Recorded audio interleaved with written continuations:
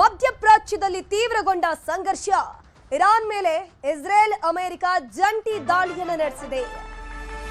ಈಗಾಗಲೇ ಮಧ್ಯಪ್ರಾಚ್ಯದಲ್ಲಿ ಮಹಾಯುದ್ಧ ಆರಂಭ ಆಗುವಂತಹ ಎಲ್ಲಾ ಲಕ್ಷಣಗಳು ಕಾಣಿಸ್ತಾ ಇದೆ. ಇರಾನ್ ಮೇಲೆ ಇಸ್ರೇಲ್ ಮತ್ತು ಅಮೆರಿಕ ಜಂಟಿಯಾಗಿ ದಾಳಿಯನ್ನು ನಡೆಸಿದೆ. ಸಂಧಾನದ ಮಾತುಕತೆ ವಿಫಲ ಆದ ಬೆನ್ನಲ್ಲೇ ಈ ಒಂದು ಅಟ್ಯಾಕ್ ಆಗ್ತಾ ಇರುವಂತದ್ದು. ಅತ್ಯಾಧುನಿಕ ಯುದ್ಧ ವಿಮಾನಗಳ ಮೂಲಕ ಏರ್ ಸ್ಟ್ರೈಕ್ ಅನ್ನು ಮಾಡಲಾಗಿದೆ. ಗಮನಿಸ್ತಾ ಹೋಗಬಹುದು, ಈಗಾಗಲೇ ಇರಾನ್ನ ಸುತ್ತಮುತ್ತ ಅಮೆರಿಕಾದ ಸೇನೆಗಳು, ಅದರ ಜೊತೆಗೆ ಅತ್ಯಾಧುನಿಕ ವೆಪನ್ಗಳು ಕೂಡ ಅಲ್ಲಿರುವಂಥದ್ದು ನೋಡ್ತಾ ಇರಬಹುದು ಸ್ಕ್ರೀನ್ ನಲ್ಲಿ ಯಾವ ರೀತಿ ಇರಾನ್ ಮೇಲೆ ಇಸ್ರೇಲ್ ಅಟ್ಯಾಕ್ ಅನ್ನು ಮಾಡಿದೆ ಅಂತ. ಇಸ್ರೇಲ್ನ ಜೊತೆಗೆ ಅಮೆರಿಕ ಕೂಡ ಕೈಗೂಡಿಸಿ ಜಂಟಿಯಾಗಿ ಒಂದು ಅಟ್ಯಾಕ್ ಮಾಡಿರೋದು. ಅದಾದ ಮೇಲೆ ಬಹ್ರೇನ್, UAE, ಕತಾರ್ ಮೇಲೂ ಕೂಡ ಇರಾನ್ ಪ್ರತಿದಾಳಿಯನ್ನು ನಡೆಸಿದೆ. ಮಹಾಯುದ್ಧದ ಕಾರ್ಮೋಡ ಮಧ್ಯಪ್ರಾಚ್ಯದಲ್ಲಿ ಆವರಿಸಿಕೊಂಡಿರೋದು. ಈ ಬಹ್ರೇನ್, UAE, ಕತಾರ್ನವರು ಏನಿದ್ದಾರೆ ಈ ಹಿಂದೆ ಒಂದು ಹೇಳಿಕೆಯನ್ನು ಕೊಟ್ಟಿರ್ತಾರೆ. ಏನಪ್ಪಾ ಅಂತಂದ್ರೆ, ಯುದ್ಧವನ್ನ ನಮ್ಮ ನೆಲದಲ್ಲಿ ಮಾಡಬೇಡಿ ನೀವು ದಯವಿಟ್ಟು, ಯಾಕಂದ್ರೆ ವ್ಯವಹಾರದ ವಿಚಾರಕ್ಕೆ ಸಂಬಂಧಪಟ್ಟಂತೆ ತೊಂದರೆ ಆಗುತ್ತೆ ಅನ್ನುವಂಥ ವಿಚಾರವನ್ನ ಮುಂದಿಟ್ಕೊಂಡು ಅವರು ಕೂಡ ಒಂದಷ್ಟು ಮನವಿಗಳನ್ನ ಮಾಡಿದ್ರು. ಬಟ್ ಇರಾನ್ ಈಗ ಏನ್ ಮಾಡಿದೆ, ಪ್ರತಿದಾಳಿಯಾಗಿ ಬಹ್ರೇನ್ ಇರಬಹುದು, UAE ಇರಬಹುದು, ಕತಾರ್ ಮೇಲೂ ಕೂಡ ಅಟ್ಯಾಕ್ ಅನ್ನ ಮಾಡಿರೋದು. ನೀವು ಸ್ಕ್ರೀನ್ ಅಲ್ಲಿ ಗಮನಿಸ್ತಾ ಇದ್ರೆ ಎಷ್ಟು ಭೀಕರವಾಗಿದೆ ಆ ಒಂದು ಅಟ್ಯಾಕ್ ಅನ್ನುವಂಥದ್ದು.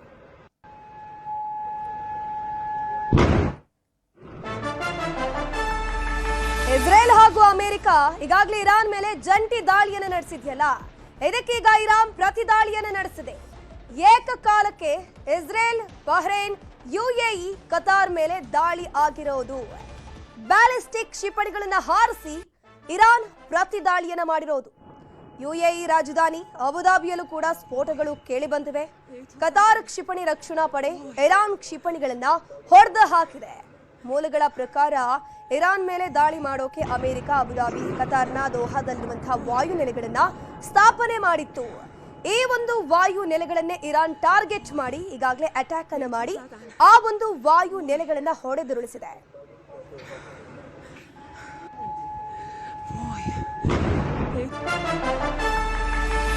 ಇರಾನ್ ಮೇಲೆ ಇಸ್ರೇಲ್ನಿಂದ ಬಾಂಬ್ಗಳ ಸುರಿಮಳೆಗೈಯಲಾಗಿದೆ. ಈಗಾಗಲೇ ಇಸ್ರೇಲ್ ಇರಾನ್ ಮೇಲೆ ಅಟ್ಯಾಕ್ ಮಾಡ್ತಲ್ಲ, ಈಗ ಪ್ರತಿದಾಳಿಯ ಸರದಿ ಬಾಂಬ್ಗಳ ಸುರಿಮಳೆಯನ್ನೇ ಸುರಿಸ್ತಾ ಇದೆ ಇರಾನ್. ಇಸ್ರೇಲ್ ಮೇಲೂ ದಾಳಿಗೆ ಖಮೇನಿ ಆಡಳಿತ ಸಜ್ಜಾಗಿದೆ. ಬೆಂಜಮಿನ್ ನೆತನ್ಯಾಹು ದೇಶದಲ್ಲಿ ದಿಢೀರಂತ ಎಮರ್ಜೆನ್ಸಿ ಘೋಷಣೆ ಮಾಡಲಾಗಿದೆ. ಎಮರ್ಜೆನ್ಸಿ ಘೋಷಣೆ ಆಯಿತು ಅಂತಂದ್ರೆ ಯುದ್ಧದ ವಾತಾವರಣದಲ್ಲಿ ನಿರ್ಮಾಣ ಆಗಿದೆ ಅಂತ ಅರ್ಥ. ಯುದ್ಧಕ್ಕೆ ನಾವು ಕೂಡ ಸನ್ನದ್ಧರಾಗಿದ್ದೀವಿ ಅಂತ ಅರ್ಥ. ಎಮರ್ಜೆನ್ಸಿ ಅಂತಂದ್ರೆ ಅಲ್ಲಿನ ನಿವಾಸಿಗಳು ಎಲ್ಲರೂ ಕೂಡ ಮನೆಯೊಳಗಡೆ ಇರಬೇಕು, ಯಾರು ಕೂಡ ಅನಗತ್ಯವಾಗಿ ಹೊರಗಡೆ ಓಡಾಟ ಮಾಡೋದು ಬೇಡ, ನಿಮ್ಮ ಸುರಕ್ಷತೆಯನ್ನು ನೀವು ಕಾಪಾಡ್ಕೊಳ್ಳಿ ಅಂತ ಹೇಳಿದೆ. ಇಸ್ರೇಲ್ನ ಜೆರುಸಲೇಂನಲ್ಲಿ ಎಮರ್ಜೆನ್ಸಿ ಸೈರನ್, ಅದ್ರ ಜೊತೆಗೆ ಮನೆ ಬಿಟ್ಟು ಹೊರಗೆ ಬರದಂತೆ ಜನರಿಗೆ ಇಸ್ರೇಲ್ ಸೂಚನೆ ಕೊಟ್ಟಿದೆ. ಅದ್ರ ಜೊತೆಗೆ ಭಾರತದಿಂದಲೂ ಕೂಡ ಅನಿವಾಸಿ ಭಾರತೀಯರಿಗೆ ಎಚ್ಚರಿಕೆಯ ಸಂದೇಶವನ್ನ ಭಾರತೀಯ ರಾಯಭಾರಿ ಕಚೇರಿ ರವಾನಿಸಿದೆ.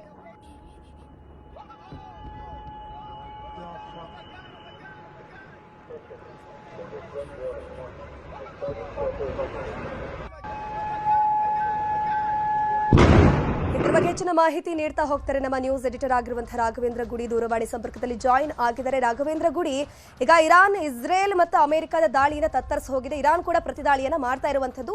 ಈಗ ದೊಡ್ಡ ಮಹಾಯುದ್ಧ ಆಗಿ ಹೋಗ್ಬಿಡತ್ತಾ, ಹೇಗೆ ಇದೇನದು ಮುನ್ಸೂಚನೆನ ಹೇಗೆ ಅಂತ? ತನುಶ್ರೀ, ಮಹಾಯುದ್ಧ ಶುರುವಾಗಿದೆ. ಇಲ್ಲಿ ಯಾವುದೇ ರೀತಿಯಾಗಿರ್ತಕ್ಕಂಥ ಮುನ್ಸೂಚನೆ ಇಲ್ಲ. ಸಂಪೂರ್ಣವಾಗಿ ಆಲ್ ಔಟ್ ಯುದ್ಧವನ್ನ ಈಗ ಘೋಷಣೆಯನ್ನ ಮಾಡಿರುವಂತದ್ದು ಅಮೆರಿಕ ಇರ್ಬೋದು ಅಥವಾ ಇಸ್ರೇಲ್ ಇರ್ಬೋದು. ಅದರಲ್ಲೂ ಪ್ರಮುಖವಾಗಿ ಅಮೆರಿಕ ಇದನ್ನ ಆಲ್ ಔಟ್ ಎಪಿಕ್ ಫ್ಯೂರಿ ಅನ್ನುವಂತ ಒಂದು ಹೆಸರನ್ನ ಕೊಟ್ಟು ಆ ಒಂದು ಅಡಿಯಲ್ಲಿ ದಾಳಿಯನ್ನ ಆರಂಭಿಸಿರುವಂತದ್ದು. ಇವತ್ತು ಬೆಳಗ್ಗೆನೆ ಡೊನಾಲ್ಡ್ ಟ್ರಂಪ್ ಲೈವ್ಗೆ ಬಂದಂತ ಸಂದರ್ಭದಲ್ಲಿ ನಾವು ಈ ದಾಳಿಯನ್ನ ಸಂಘಟಿಸ್ತಾ ಇದ್ದೀವಿ, ಅಲ್ಲಿರ್ತಕ್ಕಂಥ ಜನರೆಲ್ಲ ಒಗ್ಗೂಡಬೇಕು, ಜೊತೆಗೆ ಅಲ್ಲಿಯ ಖಮೇನಿ ಆಡಳಿತವನ್ನ ಕಿತ್ತೊಯ್ಯಬೇಕು, ಈ ಒಂದು ಅವಕಾಶವನ್ನ ಬಳಸಿಕೊಳ್ಳಿ ಅನ್ನುವಂತ ಕರೆಯನ್ನ ಡೊನಾಲ್ಡ್ ಟ್ರಂಪ್ ಕೊಟ್ಟಿರ್ತಾರೆ. ಆದ್ರೆ ಅದಾದ ಬಳಿಕ ನಡೆದಿರ್ತಕ್ಕಂಥ ಒಂದೊಂದು ದಾಳಿಗಳು ಕೂಡ ತನ್ನ ಭೀಕರತೆಯನ್ನ ಬಿಚ್ಚಿ ಇಡ್ತಾ ಇದ್ದಾವೆ. ನಾವು ಪ್ರಮುಖವಾಗಿ ಗಮನಿಸೋದಾದ್ರೆ ಇಲ್ಲಿಯ ತನಕ ಕೂಡ ನಾವು ನೋಡ್ತಾ ಇದ್ರೆ ಒಂದು ಕಡೆಯಿಂದ ಇಸ್ರೇಲ್ ಮತ್ತು ಅಮೆರಿಕ ದಾಳಿಯನ್ನ ಮಾಡ್ತಾ ಇದ್ರೆ ಪ್ರತಿ ದಾಳಿಯಾಗಿ ಈ ಇರಾನ್ ಕೂಡ ಯಾವುದೇ ರೀತಿಯಾಗಿರ್ತಕ್ಕಂಥ ಒಂದು ಸ್ವಯಂವನ್ನ ವಹಿಸ್ತಾ ಇಲ್ಲ. ಯಾಕಂದ್ರೆ ಇರಾನ್ ಬಳಿಯಲ್ಲಿ ಬ್ಯಾಲಿಸ್ಟಿಕ್ ಮಿಸೈಲ್ಸ್ ಗಳಿರುವಂತದ್ದು. ಬ್ಯಾಲಿಸ್ಟಿಕ್ ಮಿಸೈಲ್ಸ್ ಅಂದ್ರೆ ಖಂಡಾಂತರ ಕ್ಷಿಪಣಿ ಅಂತ ಹೇಳ್ತೀವಿ. ಒಂದು ಖಂಡದಿಂದ ಇನ್ನೊಂದು ಖಂಡಕ್ಕೆ ಹೋಗುವಂತದ್ದು, ಸುಮಾರು 3,000 ಕಿಲೋಮೀಟರ್, 2,500 ಕಿಲೋಮೀಟರ್ ಇಷ್ಟು ದೂರದಲ್ಲಿ ಕಾರುವಕ್ಕಾಗಿ ದಾಳಿಯನ್ನು ನಡೆಸಬಲ್ಲುವಂತ ಕ್ಷಿಪಣಿಗಳ ಪಡೆಯನ್ನೇ ಇರಾನ್ ಹೊಂದಿರುವಂತದ್ದು. ಒಂದು ಕಡೆ ಇರಾನ್ ಮೇಲೆ ಅಮೆರಿಕ ಮತ್ತು ಇಸ್ರೇಲ್ ದೇಶಗಳು ತನ್ನ F-15 ಅಥವಾ F-22 ರಾಪ್ಟರ್ಸ್ ಯುದ್ಧ ವಿಮಾನಗಳೇನಿದ್ದಾವೆ ಅವುಗಳನ್ನ ಬಳಸಿಕೊಂಡು ದಾಳಿಯನ್ನು ನಡೆಸ್ತಾ ಇದ್ರೆ, ಇರಾನ್ ತಾನು ಇದ್ದಲ್ಲಿಂದಲೇ ಕ್ಷಿಪಣಿ ದಾಳಿಯನ್ನ ಸಾಕಷ್ಟು ಮಧ್ಯಪ್ರಾಚ್ಯ ದೇಶಗಳ ಮೇಲೆ ಮಾಡಿರುವಂತದ್ದು. ಆದ್ರೆ ಈ ಕ್ಷಿಪಣಿ ದಾಳಿಯನ್ನ ಮಾಡಿರುವಂತ ಸಂದರ್ಭದಲ್ಲಿ ಆಯಾ ದೇಶಗಳ ಮೇಲೆ ಅನ್ನೋದಕ್ಕಿಂತ ಹೆಚ್ಚಾಗಿ ಈ ಒಂದು ಇರಾನ್ ಯಾವೆಲ್ಲ ದೇಶದ ಮೇಲೆ ದಾಳಿಯನ್ನ ಮಾಡಿದ್ಯೋ, ಯಾವೆಲ್ಲ ಪ್ರದೇಶಗಳ ಮೇಲೆ ದಾಳಿಯನ್ನ ಮಾಡಿದ್ಯೋ ಅಲ್ಲೆಲ್ಲ ಕೂಡ ಅಮೆರಿಕದ ಒಂದು ಯುದ್ಧ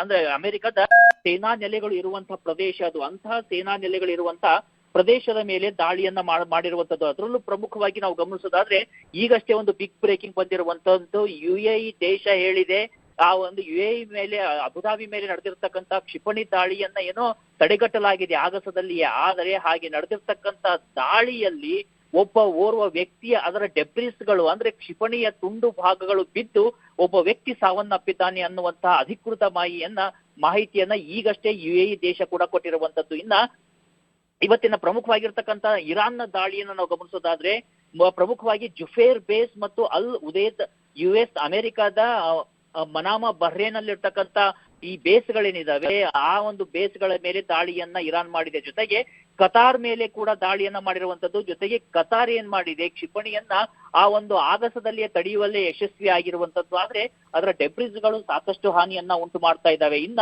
ಬಹ್ರೇನ್ ಮೇಲೆ ಕೂಡ ದಾಳಿ ನಡೆದಿರುವಂತದ್ದು. ಜೊತೆಗೆ ಜುಫೇರ್ ಬೇಸ್ ಏನಿದೆ, ಜೊತೆಗೆ ಉದೇದ್ ಬೇಸ್ US ಬೇಸ್ ಏನಿದೆ ಅಲ್ಲಿ ಸಾಕಷ್ಟು ಹಾನಿಗಳಾಗಿದ್ದಾವೆ ಅನ್ನುವಂತ ಮಾಹಿತಿಗಳು ಬರ್ತಾ ಇದ್ದಾವೆ.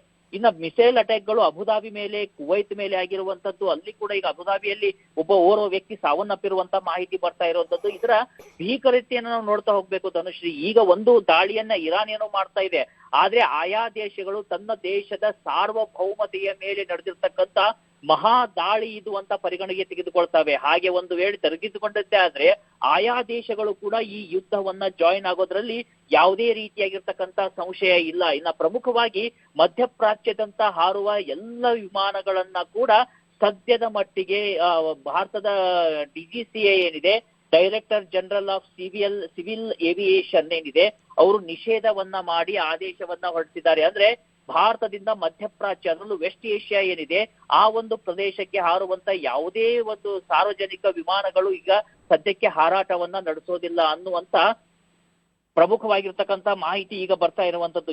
ಜೊತೆಗೆ ಇನ್ನೂ ನಾವು ಪ್ರಮುಖವಾಗಿ ಗಮನಿಸಬೇಕಾಗಿರ್ತಕ್ಕಂತಹ ಅಂಶ ಅಂದ್ರೆ ಒಂದು US ಇಸ್ರೇಲ್ ಜಂಟಿಯಾಗಿ ದಾಳಿಯನ್ನೇನೋ ಮಾಡಿದಾವೆ, ಆದ್ರೆ ಹಾಗೆ ಮಾಡಿರ್ತಕ್ಕಂಥ ದಾಳಿಗೆ ಪ್ರತಿಯಾಗಿ ಮತ್ತೊಂದು ಕಡೆ ಇರಾನ್ ದಾಳಿಯನ್ನ ಮಾಡ್ತಾ ಇದೆ. ಈಗ ಇಸ್ರೇಲ್ ಮೇಲೆ ಕೂಡ ಇರಾನ್ನ ಕ್ಷಿಪಣಿಗಳು ಬಂದು ಬೀಳ್ತಾ ಇರುವಂತದ್ದು. ಹೀಗಾಗಿ ಈ ಸಂಪೂರ್ಣವಾಗಿ ಈ ಸ್ಥಿತಿಗತಿಯನ್ನ ಅವಲೋಕನ ನಾವು ಮಾಡ್ತಾ ಹೋಗೋದಾದ್ರೆ ಅತಿ ಭೀಕರವಾಗಿರ್ತಕ್ಕಂಥ ಮತ್ತು ಅತ್ಯಂತ ಅಮಾನವೀಯವಾಗಿರ್ತಕ್ಕಂಥ ರೀತಿಯಲ್ಲಿ ಈ ಯುದ್ಧ ಇನ್ನೊಂದು ವಿಚಾರವನ್ನ ನಾವು ಗಮನಿಸ್ತಾ ಹೋಗ್ಬೋದು. ಅಮೆರಿಕ ಅಧ್ಯಕ್ಷ ಡೊನಾಲ್ಡ್ ಟ್ರಂಪ್ ಹೇಳ್ತಾರೆ, ನಾವು ಭಾರತ ಪಾಕಿಸ್ತಾನ ಯುದ್ಧವನ್ನ ನಿಲ್ಲಿಸಿದ್ದೀವಿ, ಅದ್ರ ಜೊತೆಗೆ ಮತ್ತೊಂದು ದೇಶದ ಯುದ್ಧವನ್ನು ನಿಲ್ಲಿಸ್ತೀವಿ, ಶಾಂತಿ ಸ್ಥಾಪನೆಯನ್ನ ಮಾಡ್ತೀವಿ ಅಂತ. ಬಟ್ ಇಲ್ಲಿ ಅನಿವಾರ್ಯವಾಗಿ ಇಲ್ಲಿ ಯುದ್ಧಕ್ಕೆ ಹೋಗ್ತಾ ಇದ್ದಾರಲ್ಲ, ಕಾರಣ ಏನು ಅಂತ?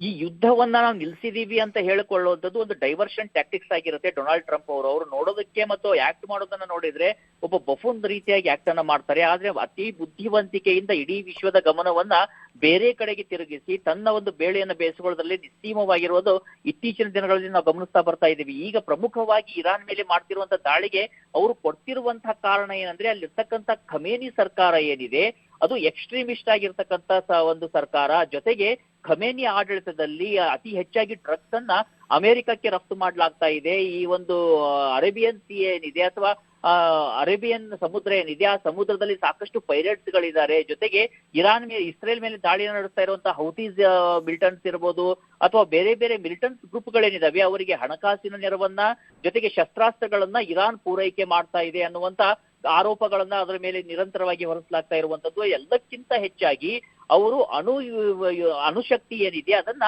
ಶಾಂತಿ ಕಾಲಕ್ಕೆ ಬದಲಾಗಿ ಅಂದ್ರೆ ಅಲ್ಲಿರ್ತಕ್ಕಂಥ ನ್ಯೂಕ್ಲಿಯರ್ ಎನರ್ಜಿಯನ್ನ ಬಳಸಿಕೊಂಡು ವಿದ್ಯುತ್ ಉತ್ಪಾದನೆನೋ ಅಥವಾ ಬೇರೆ ಯಾವುದೋ ರೀತಿಯಾಗಿರ್ತಕ್ಕಂಥ ಕಾರಣಗಳಿಗೆ ಬಳಸದಿ ಅದನ್ನ ನ್ಯೂಕ್ಲಿಯರ್ ಬಾಂಬ್ ಅಂದ್ರೆ ಅಣು ಬಾಂಬ್ ಅನ್ನ ತಯಾರು ಮಾಡೋದಕ್ಕೆ ಬಳಕೆಯನ್ನ ಮಾಡ್ಕೊಳ್ತಾ ಇದ್ದಾರೆ. ಅದೇ ಕಾರಣದಿಂದಾಗಿ ಇಷ್ಟು ಅತಿ ದೊಡ್ಡದಾಗಿರ್ತಕ್ಕಂಥ ಕ್ಷಿಪಣಿ ಸೇನೆಯನ್ನ ಈ ಒಂದು ಇರಾನ್ ಹೊಂದಿರುವಂತದ್ದು ಅನ್ನುವಂತ ಒಂದು ಆರೋಪ ಜೊತೆಗೆ ಅದು ನಿಜವೂ ಕೂಡ. ಅಂದ್ರೆ ಕ್ಷಿಪಣಿಯನ್ನ ಹೊಂದಿದೆಯಾ, ಆದ್ರೆ ಅದು ಯುದ್ಧದಲ್ಲಿ ಬಳಕೆ ಮಾಡಬಲ್ಲಂತ ಅಣ್ವಸ್ತ್ರವನ್ನ ಸಿದ್ಧಪಡಿಸಿದ್ಯಾ ಅಥವಾ ಸಿದ್ಧಪಡಿಸೋದಕ್ಕೆ ಅತ್ಯಂತ ಸನ್ನಿಹಿತದಲ್ಲಿರುವಂತ ಪ್ರಶ್ನೆಗಳು ನಿರಂತರವಾಗಿ ಮೂಡ್ತಾ ಇದ್ದಾವೆ. ಯಾಕಂದ್ರೆ ಇದೇ ಅಮೆರಿಕ ಇರಾಕ್ ಮೇಲೆ ಸದ್ದಾಂ ಹುಸೇನ್ ಇದ್ದಂತ ಸಂದರ್ಭದಲ್ಲಿ ದಾಳಿ ನಡೆಸಿದಾಗ ಅವರ ಬಳಿಯಲ್ಲಿ ಅತ್ಯಂತ ಹಾನಿಕಾರಕವಾಗಿರ್ತಕ್ಕಂಥ ಕೆಮಿಕಲ್ ವೆಪನ್ಗಳಿದಾವೆ, ಅವುಗಳಿಗೋಸ್ಕರ ನಾವು ದಾಳಿಯನ್ನು ನಡೆಸ್ತೀವಿ ಅಂತೇಳಿ ಸುಳ್ಳು ಹೇಳಿ ಅಲ್ಲಿ ದಾಳಿಯನ್ನು ನಡೆಸಿ ಇಡೀ ಇರಾಕ್ ಒಂದು ಸಂಪೂರ್ಣವಾಗಿ ಸತ್ಯಾನಾಶವನ್ನ ಮಾಡಿ, ಜೊತೆಗೆ ಐಸಿಸ್ ಇರ್ತಕ್ಕಂಥ ಉಗ್ರ ಸಂಘಟನೆ ಹುಟ್ಟಿಕೊಳ್ಳೋದ್ರಲ್ಲಿ ಅತ್ಯಂತ ಪ್ರಮುಖವಾಗಿರ್ತಕ್ಕಂಥ ಭಂಡತನದ ಪಾತ್ರವನ್ನ ಅಮೆರಿಕ ವಹಿಸಿತ್ತು. ಈಗಲೂ ಕೂಡ ಇರಾನ್ ಮೇಲೆ ಅದೇ ರೀತಿಯಾಗಿರ್ತಕ್ಕಂಥ ಆರೋಪವನ್ನ ಮಾಡ್ತಾ ಇದೆ. ಆದ್ರೆ ಇರಾನ್ ಮೇಲಿನ ಆರೋಪ. ರಾಘವೇಂದ್ರ ಗುಡಿ, ಹಾಗೇನೆ ಸಂಪರ್ಕದಲ್ಲಿ ನಿಮ್ಮನ್ನ ಮತ್ತೆ ಮಾತನಾಡಿಸ್ತಾ ಹೋಗ್ತೀನಿ. ನಿವೃತ್ತ ಸೇನಾಧಿಕಾರಿ ಆಗಿರುವಂತಹ ಲೆಫ್ಟಿನೆಂಟ್ ಕರ್ನಲ್ ಸುನಿಲ್ ಕುಮಾರ್ ಅವರು ನಮ್ಮ ಜೊತೆ ದೂರವಾಣಿ ಸಂಪರ್ಕದಲ್ಲಿ ಜಾಯಿನ್ ಆಗಿದ್ದಾರೆ. ಸರ್ ನಮಸ್ತೆ. ನಮಸ್ತೆ ಮ್ಯಾಮ್. ಸರ್, ಇಸ್ರೇಲ್ ಮತ್ತು ಅಮೆರಿಕ ಜಂಟಿಯಾಗಿ ಇರಾನ್ ಮೇಲೆ ಅಟ್ಯಾಕ್ ಮಾಡ್ತಾ ಇದೆ. ಇರಾನ್ ಕೂಡ ಸುಮ್ಮನಿಲ್ಲ, ಅದು ಕೂಡ ಪ್ರತಿದಾಳಿ ಮಾಡ್ತಾ ಇದೆ. ಸದ್ಯದ ಪರಿಸ್ಥಿತಿಯಲ್ಲಿ ಯಾವ ರೀತಿ ಇದೆ ಅಂತ? ಇದು ಒಂದು ಅಟ್ಯಾಕ್ ಅಂತ ಹೇಳ್ಬಿಟ್ಟು ಏನ್ ನಡೆದಿದೆ, ದಿಸ್ ವಾಸ್ ಎಕ್ಸ್ಪೆಕ್ಟೆಡ್. ಯಾಕಂತ ಹೇಳಿದ್ರೆ ತುಂಬಾ ಒಂದು ಬಿಲ್ಡಪ್ ನಡೀತಾ ಇತ್ತು ಆಲ್ಮೋಸ್ಟ್ ಲಾಸ್ಟ್ ಒಂದು 2 months ಇಂದ. ಲಾಸ್ಟ್ ಟೈಮ್ ಇಸ್ರೇಲ್ ಏನ್ ಅಟ್ಯಾಕ್ ಮಾಡಿತ್ತು ಇದು ಇದ್ರ ಮೇಲೆ, ಇರಾನ್ ಮೇಲೆ, ಆವಾಗ ಅದೊಂಥರ ಸ್ಟೆಲ್ತ್ ಅಟ್ಯಾಕ್ ತರ ಆಗಿದೆ. ಅಂದ್ರೆ ಯಾರಿಗೂ ಗೊತ್ತಿಲ್ದಂಗೆ ಪ್ರಿಪರೇಷನ್ ಮಾಡ್ಬಿಟ್ಟು ಅವರ ಒಂದು ಒಳಗಡೆಯಿಂದಾನೆ, ಅಂದ್ರೆ ಇವರ ಮೊಸಾದ್ ಏಜೆಂಟ್ಸ್ ಇರಾನ್ ಒಳಗಡೆ ಹೋಗಿ ಅವರ ಸಿಸ್ಟಮ್ಸ್ನೆಲ್ಲ ಡಿಸೇಬಲ್ ಮಾಡಿ ಒಂಥರ ಸ್ಟೆಲ್ತಿ ಮೂಡಲ್ ನಡೆದಿತ್ತು ಆಪರೇಷನ್ ಆಗ. ಬಟ್ ಈಗ ಏನಾಗಿದೆ, ಅಮೆರಿಕ ಹೇಳಿತ್ತು ದಟ್ ವಿ ವಿಲ್ ರಿಟಾಲಿಯೇಟ್ ಅಂತ ಹೇಳ್ಬಿಟ್ಟು, ಅಂದ್ರೆ ವಿ ವಿಲ್ ಅಟ್ಯಾಕ್ ದಮ್ ಅಂತ ಹೇಳ್ಬಿಟ್ಟು ಹೇಳಿತ್ತು. ಅದರ ಕಾರಣ ಏನು ಅಂತ ಹೇಳ್ಬಿಟ್ಟು ದಟ್ ಈಸ್ ಆಬ್ವಿಯಸ್. ಯಾಕಂತ ಹೇಳಿದ್ರೆ ಒಂದು, ನಾನು ಯಾವಾಗ್ಲೂ ಹೇಳ್ತಿದ್ದಂಗೆ ಇವರ ಒಂದು ನ್ಯೂಕ್ಲಿಯರ್ ಕೇಪಬಿಲಿಟಿ ಏನಿದೆ ಇರಾನ್ದು, ಆ ಇರಾನ್ ನ್ಯೂಕ್ಲಿಯರ್ ಕೇಪಬಿಲಿಟಿನ ಇವರು ನಾವು ಎನ್ರಿಚ್ಮೆಂಟ್ ಲೆವೆಲ್ಗೆ ಅಂದ್ರೆ ವೆಪನ್ ಗ್ರೇಡ್ಗೆ ನಾವು ಹೋಗಕ್ ಬಿಡಲ್ಲ. ಅದು ಬರೀ ಅವರ ಒಂದು ಎನರ್ಜಿ ಪರ್ಪಸ್ಗೆ ಇರ್ಬೇಕಷ್ಟೇನೆ. ಬಟ್ ವೆಪನ್ ಗ್ರೇಡ್ಗೆ ಅವ್ರಿಗೆ ಹೋದ್ರೆ ಇರಾನ್ ಹತ್ರ ಒಂದು ನ್ಯೂಕ್ಲಿಯರ್ ವೆಪನ್ ಅಂತ ಹೇಳ್ಬಿಟ್ಟು ಏನಾದ್ರು ಬಂದ್ರೆ ಅದು it's A matter of global concern ಅಂತ ಯುನೈಟೆಡ್ ಸ್ಟೇಟ್ಸ್ ಹೇಳಿ. ಲಾಸ್ಟ್ ಟೈಮ್ ಇದ್ರಲ್ಲೂ ಕೂಡ ಲಾಸ್ಟ್ ಕಾನ್ಫ್ಲಿಕ್ಟ್ ಏನ್ ನಡೆದಿತ್ತು ಅದರಲ್ಲೂ ಕೂಡ ಇದೇ ನಡೆದಿತ್ತು. ಅದೇ ರೀಸನ್ಗೆ ಲಾಸ್ಟ್ ಅಲ್ಲಿ ಬಂತು ಅಮೆರಿಕ ಅವ್ರ ಮೇಲೆ ಅಟ್ಯಾಕ್ ಮಾಡಿತ್ತು, ಆಯ್ತಾ. That is one reason. ಅಂದ್ರೆ ಇರಾನ್ ಹತ್ರ ನ್ಯೂಕ್ಲಿಯರ್ ಕೇಪಬಿಲಿಟಿ ಬರಬಾರ್ದು ಅನ್ನೋದು ಒಂದ್ reason, which is valid also. ಆ ತರದ ವೆಪನ್ಸ್ ಆಫ್ ಮಾಸ್ ಡಿಸ್ಟ್ರಕ್ಷನ್ ಎಷ್ಟು ಕಮ್ಮಿ ಇದ್ರೆ ಅಷ್ಟು ಒಳ್ಳೇದು ಪ್ರಪಂಚದಲ್ಲಿ, ಆಯ್ತಾ. ಅದು ಬಿಟ್ಟು ಅಮೆರಿಕಾಗೆ ಇರಾನ್ ಮೇಲೆ, ಇಸ್ರೇಲ್ಗಿದು ಅಸ್ತಿತ್ವದ ಪ್ರಶ್ನೆ ಇಲ್ಲ ಅಂತಲ್ಲ, ಬಟ್ ಅಮೆರಿಕಾಗೆ ಇದು ಏನ್ ಹೇಳ್ತಾರೆ ಇರಾನ್ ಅಲ್ಲಿರುವಂತಹ ಒಂದು ಆಯಿಲ್ ರಿಸೋರ್ಸಸ್ ಏನಿದೆ ಅದ್ರ ಮೇಲೆ ಕೂಡ ತುಂಬಾ ಒಂದು ಕಣ್ಣಿದೆ. ಈಗ ಒಂದು ರೆಜಿಮ್ ಏನಿದೆ, ಖಮೇನಿ ರೆಜಿಮ್ ನ ಚೇಂಜ್ ಮಾಡಿ ರೆಜಾ ಶಾ ಪಹಲವಿ ಅಂತ 1979 ಮುಂಚೆ ಯಾರ ಒಂದು ಆಡಳಿತ ಇತ್ತು, ಅವ್ರದೇ ಮಗ, ಅವನ ಅಮೆರಿಕ ಅಲ್ಲಿದ್ದಾನೆ, ರೆಜಾ ಶಾ ಪಹಲವಿ ಅಂತ, ಅವ್ರನ್ನ ತಂದು ಇಲ್ಲಿ ಕೂಡ್ಸಿ, ಅಂದ್ರೆ ಒಂಥರ ಈಗ ಬಾಂಗ್ಲಾದೇಶಲ್ಲಿ ಯಾವ ತರ ಒಂದು ಪ್ರೈಮ್ ಮಿನಿಸ್ಟರ್ ಯೂಸುಫ್ನ ಅವ್ರು ಕೂಡ್ಸಿದ್ರು, ಅದೇ ರೀತಿ ಇಲ್ಲಿ ಕೂಡ ಅವರು ಇವನ್ನ ಕೂಡಿಸ್ಬಿಟ್ಟು ಅಲ್ಲಿ ಅವರ ಒಂದು ರಿಸೋರ್ಸಸ್ ಏನಿದೆ ಆ ರಿಸೋರ್ಸಸ್ ಮೇಲೆ ಅಮೆರಿಕ ಕಂಟ್ರೋಲ್ ತಗೊಳಕ್ ಟ್ರೈ ಮಾಡುತ್ತೆ. ಇದು ಆಲ್ರೆಡಿ ಕಂಡಿದೆ. ಅಂದ್ರೆ ವೆನೆಜುವೆಲಾ ಅಲ್ಲಿ ಅವ್ರು ಅಟ್ಯಾಕ್ ಮಾಡಿದ್ದು ಆಯಿಲ್ಗೋಸ್ಕರ, ವಾಸ್ ನೋ ಅದರ್ ರೀಸನ್, ಆಯ್ತಾ. ಸೊ ಇದೊಂಥರ it's kind of dual nature ಇದೆ ಏನ್ ನಡೀತಿದೆ, ಅಟ್ಯಾಕ್ ಏನ್ ನಡೀತಿದೆ. ಇಸ್ರೇಲ್ಗೆ ಹೌದು it's a question of existence, but ಅಮೆರಿಕಾದು ಇಲ್ಲಿ ತುಂಬಾ ಕಮರ್ಷಿಯಲ್ ಇಂಟ್ರೆಸ್ಟ್ ಇದೆ. ಯಾಕಂತ ಹೇಳಿದ್ರೆ that country is being run by a businessman, ಆಯ್ತಾ. ಅವ್ರ ಕಮರ್ಷಿಯಲ್ ಇಂಟ್ರೆಸ್ಟ್ ಇಂದಾನೆ ಎಲ್ಲಾ ಕಡೆಗೂ ಹೋಗೋದು, ಅದಿಲ್ಲ ಅಂತ ಹೇಳಿದ್ರೆ ಎಲ್ಲಿಗೂ ಹೋಗಲ್ಲ. ಸರ್, ಇಲ್ಲಿ ಗಮನಿಸ್ತಾ ಹೋಗ್ಬೋದು, ಅಮೆರಿಕ ಬಹಳ ಶಕ್ತಿಶಾಲಿ ದೇಶ, ಇಸ್ರೇಲ್ ಜೊತೆ ಕೈ ಜೋಡಿಸಿದೆ. ಸೊ ಇಲ್ಲಿ ಇರಾನ್ಗೆ ಅವ್ರ ವಿರುದ್ಧವಾಗಿ ಫೈಟ್ ಮಾಡುವಷ್ಟು ಪವರ್ ಇದೆಯಾ ಅವ್ರ ಜೊತೆ ಅಂತ? As far as ಇದು economics is concerned, ma'am, economically of course America is a superpower, there is no question about it. ಅದ್ರ ಜೊತೆಲಿ ಇಸ್ರೇಲ್ ಕೂಡ ಎಕನಾಮಿಕಲಿ ತುಂಬಾ ಸ್ಟ್ರಾಂಗ್ ಇದೆ, ಅದಕ್ಕೆ ಬ್ಯಾಕಪ್ ಇದೆ. ಯಾವ ಕಂಟ್ರಿಗೆ ಯುನೈಟೆಡ್ ಸ್ಟೇಟ್ಸ್ ಸಪೋರ್ಟ್ ಮಾಡುತ್ತೆ, ಲೈಕ್ ಸರ್ವೈವಲ್ ಪ್ರಶ್ನೆ ಬಂದಾಗ, ಇಸ್ರೇಲ್ ಅವರು ತುಂಬಾ ಚಿಕ್ಕ ದೇಶ ಆದ್ರೂನು ತುಂಬಾ ಸ್ವಾಭಿಮಾನಿ ದೇಶ. ಅವರು ಇದಾದ್ಮೇಲೆ ಸೆಕೆಂಡ್ ವರ್ಲ್ಡ್ ವಾರ್ ಆದ್ಮೇಲೆ ಅವರ ಒಂದು ಇದೆಲ್ಲ ಮಾಸ್ ಕ್ಲೆನ್ಸಿಂಗ್ ಏನ್ ನಡೀತು, ಅದೆಲ್ಲ ಎಥ್ನಿಕ್ ಕ್ಲೆನ್ಸಿಂಗ್ ನಡೀತು, ಅದೆಲ್ಲ ಆದ್ಮೇಲೆ ತುಂಬಾ ಚೆನ್ನಾಗಿ ಅವ್ರ ದೇಶ ಅವ್ರು ಕಟ್ಕೊಂಡಿದ್ದಾರೆ. They are highly technical and ತುಂಬಾ ಪೇಟ್ರಿಯಟ್ಸ್ ಇದ್ದಾರೆ. That is from Israel. But America ಅವರ ಮಸಲ್ ಪವರ್ಗಿನ್ನ ಅಫ್ಕೋರ್ಸ್ ಟೆಕ್ನಾಲಜಿ ಏನಿದೆಯಲ್ಲ ದಟ್ ಈಸ್ ಸುಪ್ರೀಮ್. ಅದು ಬಂದು ಇವರಿಬ್ಬರ ಆಂಗಲ್ ಇಂದ ನೋಡಿದ್ರೆ. ಬಟ್ ಇರಾನ್ ಏನ್ ಮಾಡಿದೆ, ಅವರ ಎಂಟೈರ್ ರಿಸೋರ್ಸಸ್ ನ ಮಿಸೈಲ್ಸ್ ನ ಬಿಲ್ಡ್ ಮಾಡಕ್ ಅವ್ರು ಮಾಡಿದಾರೆ. ಅವ್ರ ಏರ್ ಫೋರ್ಸ್ ಅಂತ ಹೇಳ್ಬಿಟ್ಟು ಏನಿದೆ ಅದನ್ನ ಜಾಸ್ತಿ ಬಿಲ್ಡ್ ಮಾಡ್ಕೊಂಡಿಲ್ಲ. ಅವ್ರು ಬಿಲ್ಡ್ ಮಾಡ್ಕೊಂಡಿರೋದು ಬರೀ ಒಂದು ಇದನ್ನ ಏನ್ ಹೇಳ್ತಾರೆ ಅವರ ಮಿಸೈಲ್ ಪವರ್ ಮೇಲೆನೆ ಅವ್ರು ಬಿಲ್ಡ್ ಮಾಡ್ಕೊಂಡಿದ್ದಾರೆ. ಈಗ 2000 ಕಿಲೋಮೀಟರ್ ರೇಂಜ್ ಅಲ್ಲಿ ಯಾವ ಡೆಪ್ಲಾಯ್ಮೆಂಟ್ಸ್ ಇದೆ, ಅದು ಅಮೆರಿಕನ್ ಡೆಪ್ಲಾಯ್ಮೆಂಟ್ಸ್ ಆಗ್ಬೋದು in various countries in middle East, ಇಲ್ಲ ಅಂತ ಹೇಳಿದ್ರೆ ಇಸ್ರೇಲಿ ಡಿಪ್ಲಾಯ್ಮೆಂಟ್ ಏನಿದೆ ಅಂದ್ರೆ Israel entire country of Israel ಏನಿದೆ ಅದೆಲ್ಲಾನು ಈಗ ಇರಾನಿಯನ್ ಮಿಸೈಲ್ ಇದರಲ್ಲಿ ಬಂದ್ಬಿಡುತ್ತೆ, ಈಗ ರೇಂಜ್ ಅಲ್ಲಿ ಬಂದ್ಬಿಡುತ್ತೆ ಈಗ. ಅದಕ್ಕೆ ಅವ್ರು ರಿಟಾಲಿಯೇಷನ್ ಈಗ ಸ್ಟಾರ್ಟ್ ಮಾಡಿದ್ದಾರೆ. ಬಟ್ ದೆನ್ ಕಂಬೈನ್ಡ್ ಟೆಕ್ನಾಲಜಿ ಅಂತ ಹೇಳ್ಬಿಟ್ಟು ತಗೊಂಡ್ರೆ Iran is no match for American and Israeli technology. But having said that ಅವರು ರಿಟಾಲಿಯೇಷನ್ ಮಾಡ್ತಾರೆ, ಅವರು ಫೈಟ್ ಅಂತೂ ಮಾಡೇ ಮಾಡ್ತಾರೆ. ಯಾಕಂತ ಹೇಳಿದ್ರೆ ಸುಪ್ರೀಂ ಟೆಕ್ನಾಲಜಿ ಇದೆ, ಮತ್ತೆ ಮನಿ ಪವರ್ ಇದೆ. ಈಗ ಇದೆಲ್ಲ ಏನ್ ನಡೀತಿದೆ ಈ ಆಪರೇಷನ್ಸ್ ಇಂದ ಅವರ ಒಂದು ಆಯಿಲ್ ಸಪ್ಲೈಸ್ಗೆ ಕೂಡ ಈಗ ಇಶ್ಯೂ ಆಗತ್ತೆ. ಅಮೆರಿಕ ಡೈರೆಕ್ಟ್ ಆಗಿ ಕಾಲ್ ಮಾಡಿರೋದ್ರಿಂದ ಈಗ ಇಸ್ರೇಲಿ ಇರಾನಿಯನ್ ಆಯಿಲ್ ಸಪ್ಲೈ ಕೂಡ ಪ್ರಾಬ್ಲಮ್ ಆಗತ್ತೆ. ಪ್ರಾಬ್ಲಮ್ ಆಯ್ತು ಅಂತ ಹೇಳಿದ್ರೆ ಅವರ ಮೇನ್ ಒಂದು ಸೋರ್ಸ್ ಆಫ್ ಇನ್ಕಮ್ ಏನಿದೆ ಅದು ಬಂದು ಆಯಿಲ್ ಏನೇನೆ ಅರ್ಥ ಆಯ್ತಾ. ಅಂಡ್ ಸ್ಟೇಟ್ ಆಫ್ ಹರ್ಮೂಸ್ ಕೂಡ ಈಗ ಅವರು ಇರಾನ್ ಏನಾದ್ರು ಬ್ಲಾಕ್ ಮಾಡ್ತು ಅಂದ್ರೆ ಬರೀ ಇರಾನ್ ಮೇಲೆಲ್ಲ ಎಂಟೈರ್ ಗ್ಲೋಬ್ ಮೇಲೆ ಅದು ಗ್ಲೋಬಲ್ ಎಫೆಕ್ಟ್ ಆಗುತ್ತೆ. Strait of Hormuz global choke point ಅದು. ಅಲ್ಲಿಂದ near about 20% of the world's ಇದು ಏನೋ ಆಯಿಲ್ ಸಪ್ಲೈ ಆಗುತ್ತೆ ಪ್ರತಿದಿನ. 2 to 3 days ಅವ್ರು ಬ್ಲಾಕ್ ಮಾಡಿದ್ರೆ ಸಾಕು ಸ್ಟೇಟ್ ಆಫ್ ಹರ್ಮೂಸ್ ನ, it is going to have catastrophic effect on entire globe. So ಈ ಒಂದು ಪರಿಸ್ಥಿತಿಯಲ್ಲಿ ನಿಂತಿದೆ. ಅವ್ರ ಮ್ಯಾಚ್ ಅಲ್ಲ, ಬಟ್ ಹಾಗಂತ ಅವರು ಅಷ್ಟು ಸುಲಭವಾಗಿ ಬಿಡಲ್ಲ. ಯಾಕಂದ್ರೆ ದೇ ಆರ್ ಆಲ್ಸೋ ಕಟ್ಟರ್ ವಾರಿಯರ್ಸ್. ಅವರು ತುಂಬಾ ಸುಪ್ರೀಮಸಿ ಇಟ್ಕೊಂಡು ಅವರು ಬದುಕ್ತಾ ಇದ್ದಾರೆ. ಹೌದು ಸರ್, ಇಲ್ಲಿ ಇನ್ನೊಂದು ವಿಚಾರ ಏನಪ್ಪಾ ಅಂತಂದ್ರೆ ಈಗ ಇಸ್ರೇಲಲ್ಲೂ ಕೂಡ ಸೈರನ್ ಮೊಳಗಿದೆ, ಅಂದ್ರೆ ಯುದ್ಧನೇ ಆರಂಭ ಆಗಿದೆ ಅನ್ನೋ ತರ. ಬಟ್ ಇಲ್ಲಿ ನಾಗರಿಕರ ಸೇಫ್ಟಿ ಯಾವ ರೀತಿ ಆಗತ್ತೆ ಅಂದ್ರೆ ಒಂದು ಪ್ರಶ್ನೆ ಉದ್ಭವ ಆಗುತ್ತೆ. ಎಷ್ಟು ದೊಡ್ಡ ಮಟ್ಟದಲ್ಲಿ ಬಾಂಬ್ಗಳ ಅಟ್ಯಾಕ್ ಆಗ್ತಾ ಇದೆ, ಕ್ಷಿಪಣಿಗಳ ಅಟ್ಯಾಕ್ ಆಗ್ತಿದೆ ಅಂತ ಸಂದರ್ಭದಲ್ಲಿ ನಾಗರಿಕರ ರಕ್ಷಣೆಯನ್ನ ಯಾವ ರೀತಿ ಮಾಡ್ತಾರೆ ಅಂತ.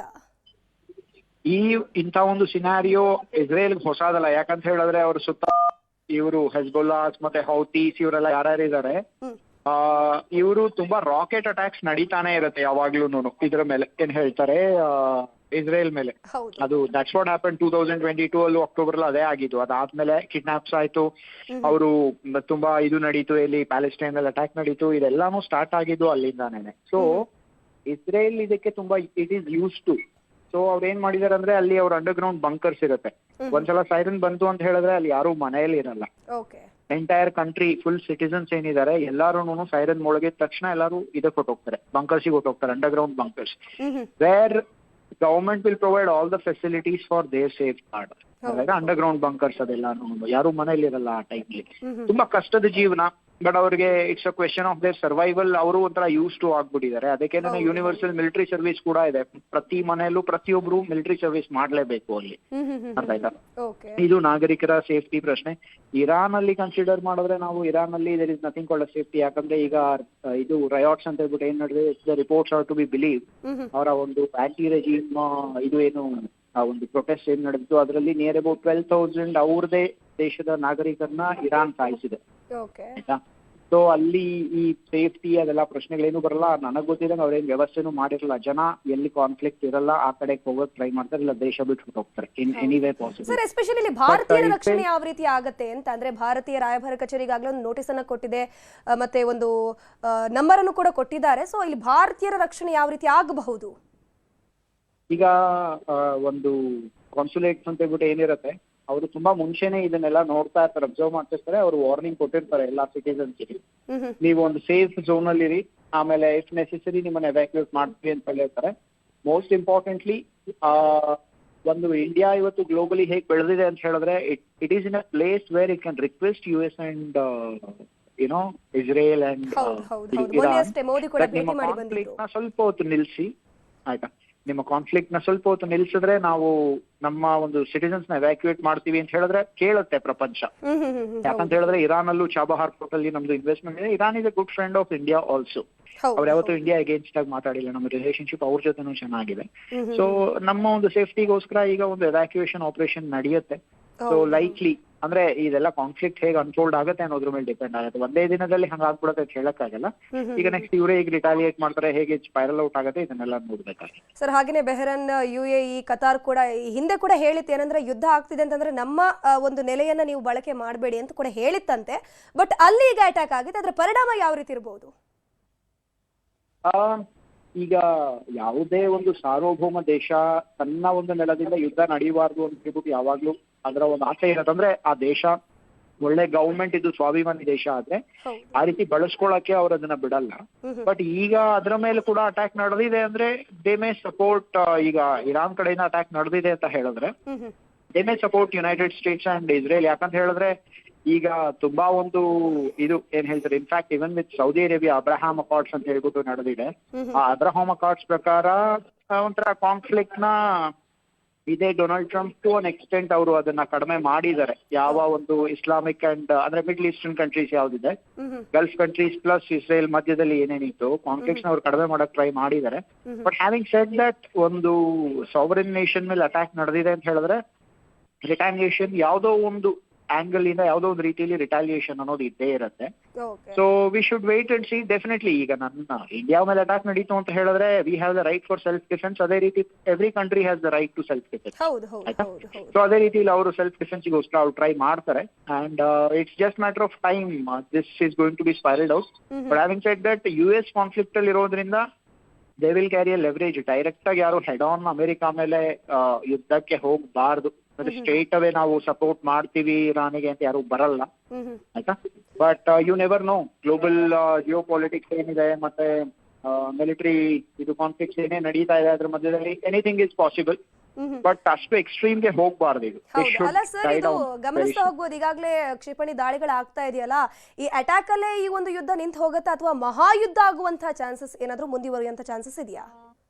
ಮಹಾಯುದ್ಧಕ್ಕೆ ಹೋಗುವಂತಹ ಒಂದು ಸನ್ನಿವೇಶ ಬರಬಾರ್ದು. ಯಾಕಂತ ಹೇಳಿದ್ರೆ ಲಿಮಿಟೆಡ್ ಕಾನ್ಫ್ಲಿಕ್ಟ್ಸ್ ತುಂಬಾ ಕಡೆ ನಡೀತಿದೆ. ಎಲ್ಲಾರು ಹೇಳ್ತಿದ್ರು ಈಗ ರಷ್ಯಾ ಮತ್ತೆ ಯುಕ್ರೇನ್ ವಾರ್ ಸ್ಟಾರ್ಟ್ ಆದಾಗೆ ಮಹಾಯುದ್ಧ ಸ್ಟಾರ್ಟ್ ಆಗ್ಬಿಡ್ತು ಅಂದ್ರು.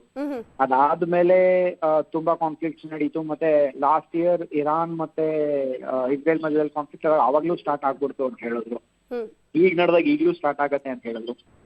ಈಗ ಒಂದು ಗ್ಲೋಬಲ್ ಪ್ರಾಸ್ಪೆರಿಟಿ ಅಂತ ಏನಿದೆಯಲ್ಲ, ಎಲ್ಲರೂ ಡೆವಲಪ್ ಆಗ್ತಾ ಇದ್ದಾರೆ. Be it China, be it Russia, be it India, be it United States, for that matter Iran also. ಒಳ್ಳೆ ಇನ್ಕಮ್ ಇದೆ ಅವರಿಗೆ, but they are not using it properly. ಒಳ್ಳೆ ರಿಸೋರ್ಸಸ್ ಇದೆ. ಯಾರೂನು ಬರೀ ಒಂದು ಯಾವುದೋ ಒಂದು ಕಾರಣಕ್ಕೋಸ್ಕರ ವಿಶ್ವ ಯುದ್ಧಕ್ಕೆ ಹೋಗಿ ನಾವು ಪೂರ್ತಿ ಸರ್ವನಾಶ ಆಗ್ತೀವಿ ಅನ್ನೋ ಲೆವೆಲ್ ಅಲ್ಲಿ ಇವತ್ತು ಯಾವ ಕಂಟ್ರಿನೂ ಇಲ್ಲ. ಯಾಕಂದ್ರೆ ಟೆಕ್ನಾಲಜಿಕಲಿ ತುಂಬಾ ವೇರಿಯೇಬಲ್ಸ್ ಇದೆ. ಮತ್ತೆ ಪ್ರಾಬಬ್ಲಿ ನಮ್ಮ ಒಂದು ಹ್ಯೂಮನ್ ಮೈಂಡ್ ಏನಿದೆಯಲ್ಲ, it has grown to a level where everybody knows ಒಂದ್ ಲೆವೆಲ್ ಆದ್ಮೇಲೆ ಕಾನ್ಫ್ಲಿಕ್ಟ್ಸ್ ನಾವು ಮುಂದಕ್ಕೆ ತಗೊಂಡು ಹೋಗ್ಬಾರ್ದು. So likely to die down, but you never know. But ನನ್ನ ಪ್ರಕಾರ ಇದು ವರ್ಲ್ಡ್ ವಾರ್ ಅದೆಲ್ಲ ಆಗುವಂತದ್ದು ಇದಿಲ್ಲ. ಯಾಕಂತ ಹೇಳಿದ್ರೆ ಅಷ್ಟು ಸ್ಟಾಂಚ್ ಸಪೋರ್ಟ್ ಏನಿದೆ ಅದು ಇರಾನ್ಗೆ ಸಿಕ್ಕೋದು doubt. But from Russian end or from the Chinese end ಅಷ್ಟು ಸ್ಟಾಂಚ್ ಸಪೋರ್ಟ್ ಸಿಗತ್ತೆ ಅಂತ ಹೇಳಕ್ಕಾಗಲ್ಲ. But then you never know. Sir, ಇನ್ನೊಂದು ವಿಚಾರ, ಇರಾನ್ ಇರಬಹುದು, ಇಸ್ರೇಲ್ ಇರಬಹುದು, ವ್ಯಾವಹಾರಿಕವಾಗಿ ಬಲಿಷ್ಠ ರಾಷ್ಟ್ರ ಅಂತಾನೆ ಹೇಳ್ಬಹುದು. ಇದು ವರ್ಲ್ಡ್ ವೈಡ್ ಆಗಿ ವ್ಯವಹಾರದ ರೀತಿಯಲ್ಲಿ ನೋಡೋದಾದ್ರೆ ಎಸ್ಪೆಷಲಿ ಭಾರತಕ್ಕೂ ಕೂಡ ಯಾವ ರೀತಿ ಇದ್ರೆ ಎಫೆಕ್ಟ್ ತಟ್ಟಬಹುದು ಅಂತ? ಖಂಡಿತವಾಗ್ಲೂ ಈಗ ಇರಾನ್ದು ನೋಡಿ, Israel and United States related ನಮ್ಗೆ ನೆಗೆಟಿವ್ ಎಫೆಕ್ಟ್ಸ್ ಇರಲ್ಲ, ಆಯ್ತಾ. ಬಟ್ ಒಂದು ಇದಿರುತ್ತೆ, ಏನ್ ಹೇಳ್ತಾರೆ, ಇರಾನ್ ಏನಿದೆ, we are dependent on them for our oil supplies. ಇಂಡಿಯಾದು ನಿಯರ್ ಅಬೌಟ್ 25% ಆಯಿಲ್ ಸಪ್ಲೈ ಏನಿದೆ ಅದು ಇರಾನ್ ಇಂದಾನೇ ಬರುತ್ತೆ. ಸೊ ಈಗ ಇರಾನ್ ಮೇಲೆ ಅಟ್ಯಾಕ್ ಆಗಿ ಅವರ ಒಂದು ಇದೇನಿರುತ್ತೆ ರಿಸೋರ್ಸಸ್ ಅಂದ್ರೆ ಆಯಿಲ್ ಸಪ್ಲೈ ಏನಾದ್ರು ಕಡಿಮೆ ಆಯ್ತು ಅಂತ ಹೇಳಿದ್ರೆ, which is likely to happen, ನಮ್ಮ ಒಂದು ಇಮಿಡಿಯೇಟ್ಲಿ ನಾವು 25% ಇದು ಆಯಿಲ್ ನ ಬೇರೆ ಕಡೆಯಿಂದ ನಾವು ತಗೊಳಕ್ ಆಗಲ್ಲ. It will be very very difficult. ಯಾಕಂದ್ರೆ ಹ್ಯೂಜ್ ಕ್ವಾಂಟಿಟಿ, ತುಂಬಾ ದೊಡ್ಡ ದೇಶ ಇಂಡಿಯಾ, ಆಯ್ತಾ. ಸೊ ಆ ಒಂದು ಕಾರಣದಿಂದ oil prices are expected to go up. They can skyrocket. ಇದು ಎಷ್ಟು ಬೇಗ ಇಂಟ್ರೆಸ್ಟ್ ಒಳ್ಳೇದು. But it all depends on ಅವರ ಒಂದು ಆಯಿಲ್ ಪ್ರೊಡಕ್ಷನ್ ಸೈಟ್ಸ್ ಮೇಲೂ ಕೂಡ ಅಟ್ಯಾಕ್ ನಡೆಯುತ್ತಾ, ಅವ್ರ ಆಯಿಲ್ ಪ್ರೊಡಕ್ಷನ್ ನಿಂತಿದ್ಯಾ, ಮತ್ತೆ ಆಯಿಲ್ ಪ್ರೊಡಕ್ಷನ್ ನಿಂತಿಲ್ಲ ಅಂದ್ರೆ ಆಯಿಲ್ ಸಪ್ಲೈಸ್ ಏನಾದ್ರು ನಿಂತಿದ್ಯಾ, ಅವರ ಒಂದು ಸಪ್ಲೈ ಚೈನ್ ಏನಿದೆ ಸಪ್ಲೈ ಚೈನ್ಸ್ ಏನಾದ್ರು ನಿಂತಿದ್ಯಾ, ಎಲ್ಲಾನು there are various factors. Sunil sir, last question ಏನಂದ್ರೆ, ಈ ಅಮೆರಿಕದ ಅಧ್ಯಕ್ಷ ಡೊನಾಲ್ಡ್ ಟ್ರಂಪ್ ಏನಿದ್ದಾರೆ, ಈ ಹಿಂದೆ ಭಾರತ ಮತ್ತು ಪಾಕಿಸ್ತಾನ ಯುದ್ಧ ನಿಲ್ಲಿಸಿದ್ದೀನಿ, ಮತ್ತೊಂದು ದೇಶದ ಯುದ್ಧ ನಿಲ್ಲಿಸ್ತೀನಿ ಅಂತ ಪ್ರೌಡ್ ಆಗಿ ಹೇಳ್ಕೊಂಡ್ ಬರ್ತಾರೆ. ಬಟ್ ಇಲ್ಲಿ ಶಾಂತಿ ಸ್ಥಾಪನೆಯ ಕೆಲಸ ಆಗ್ತಾ ಇಲ್ಲ. ಯಾಕೆ ಇಲ್ಲಿ ಹಿಟ್ಲರ್ ಧೋರಣೆ ಆಗ್ತಾ ಇದೆಯಾ ಅಥವಾ ನಾನು ಸರ್ವಾಧಿಕಾರಿ ಆಗ್ಬೇಕು ಅಂತ ಹೇಳುವಂತ ನಿಟ್ಟಿನಲ್ಲಿ ಈ ರೀತಿ ಮಾಡ್ತಾ ಇದ್ದಾರೆ ಹೇಗೆ? ಮ್ಯಾಮ್ ಅದನ್ನೇ ಹೇಳ್ತಾರಲ್ಲ, ನಾವು ಹೇಳೋದು ಮಾಡೋದು ಎರಡೂನು ಎಲ್ಲಾನು ಕಾಣಿಸ್ತಾ ಇರುತ್ತೆ. They are not matching with each other ಅಂತ. ಸೊ ಈಗ ಯಾವುದೇ ಎರಡು ದೇಶದ ಮಧ್ಯದಲ್ಲಿ ಕಾನ್ಫ್ಲಿಕ್ಟ್ ನಡೆದ್ರೆ ನಾನ್ ಮಾಡದೆ ಅಂತ ಹೇಳ್ಬಿಟ್ಟು ಹೇಳ್ಕೊಳ್ಳೋದು ಒಳ್ಳೇದು. ಒಂದಿನ 5 ಫೈಟರ್ ಏರ್ಕ್ರಾಫ್ಟ್ಸ್ ಬಿದ್ದಿತ್ತು ಅಂತ ಹೇಳಿದ್ರು, ಇನ್ನೊಂದಿನ 6 aircrafts var crash, I mean destroyed ಅಂತ ಹೇಳಿದ್ರು, ಈಗ 11 ಅಂತ ಹೇಳ್ತಾ ಇದ್ದಾರೆ. ಸೊ ಪ್ರಾಬಬ್ಲಿ ಅವರು ಒಂದ್ ರೀತಿಲಿ ಡೊನಾಲ್ಡ್ ಟ್ರಂಪ್ ಏನಂತ ಹೇಳಿದ್ರೆ, ಆ ಒಂದು ಗ್ಲೋಬಲ್ ಪೀಸ್ ಮಸಿಯಾ ನನಗೆ ನೋಬೆಲ್ ಸಿಕ್ಬೇಕು ಅನ್ನುವಂತಹ ಒಂದು ಮಹೋದ್ದೇಶದಿಂದ ಆ ಕಾಲದಿಂದ ಏನೇನೋ ಮಾಡಕ್ ಟ್ರೈ ಮಾಡಿದ್ರು. But he is just making fun of himself firstly. ಅಂದ್ರೆ ಕ್ಲೇಮ್ಸ್ ಪ್ರಕಾರ ಕ್ಲೇಮ್ಸ್ ಅವ್ರು ಮಾಡೋ ಕ್ಲೇಮ್ಸ್ ಬಗ್ಗೆ ನಾನು ಹೇಳಿದ್ರೆ is just making fun of himself.